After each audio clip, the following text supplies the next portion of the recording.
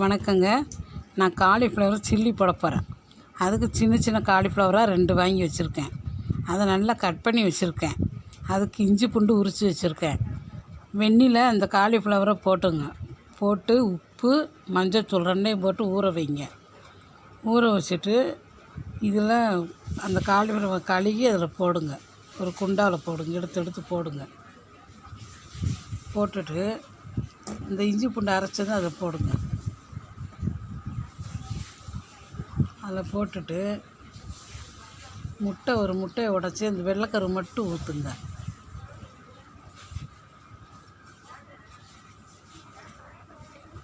வெள்ளைக்கரு மட்டும் ஊற்றி chicken 65 powder போடுங்க.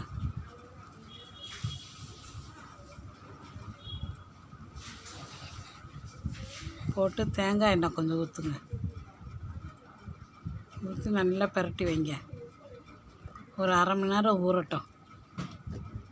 அதில் கொஞ்சம் கருவேப்பிலையும் போட்டு வைங்க. இங்கே அடுப்பத்தை வச்சு சட்டி வச்சு எண்ணெய் ஊற்றியாச்சு. அதை பொரிக்க போகும்போது கார்ன்ஃப்ளவர் மாவு போட்டு பிணைங்க.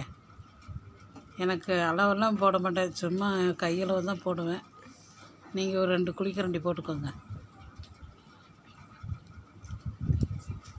போட்டு அதே நல்லா பரட்டுங்க.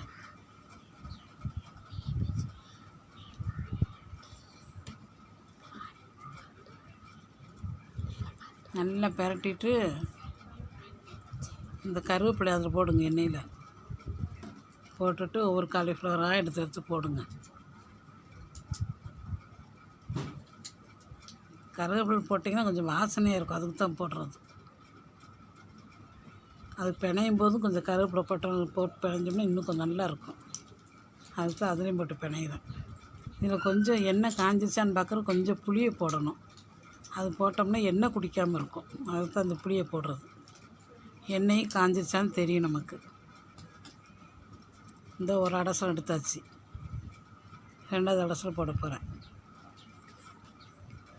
போட்டு இதேமாரி எல்லாத்தையும் போட்டு எடுத்தாச்சு. இங்கே பார்த்தீங்களா, இதான் இன்றைக்கி எங்களுக்கு ஈவினிங் ஸ்நாக்ஸ்.